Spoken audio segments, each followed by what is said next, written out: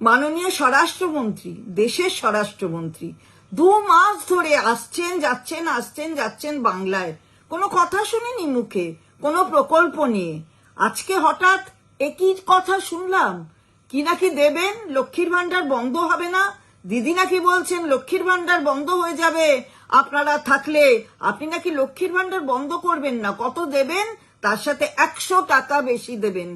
এই অপমান করবার এত সাহস কোথা থেকে কেউ পায়, এটা আমরা হতবাক হয়ে যাচ্ছি। আসছেন যাচ্ছেন, নানা রকম কথা বলছেন। ক টাকা দিয়েছেন? 100 দিনের কাজের টাকা যে পায়, সেই টাকা একটা টাকাও দিয়েছেন? আবাস যোজনার টাকা যে পায়, একটা টাকাও দিয়েছেন? সন্দেশখালিতে যে দেখলাম আমরা মেয়েদের সম্ভ্রম, সেই সম্ভ্রম কিনতে চেয়েছেন 2000 টাকার বিনিময়, মদের বিনিময়। আর কত অপমান মেয়েদের করবেন, আর কত এই ধরনের কথা বলবেন?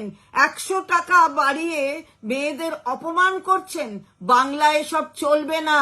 বাংলা এটা দেখে নিয়েছে আপনারা কতদূর কি করতে পারেন। প্রত্যাখ্যিত হচ্ছেন, সারা দেশে প্রত্যাখ্যিত হচ্ছেন, বাংলায়ও প্রত্যাখ্যিত হচ্ছেন। তাই বড় বড় কথা এখানে এসে বলে কোনো লাভ হবে না। যান, ছুটি হয়ে গেছে।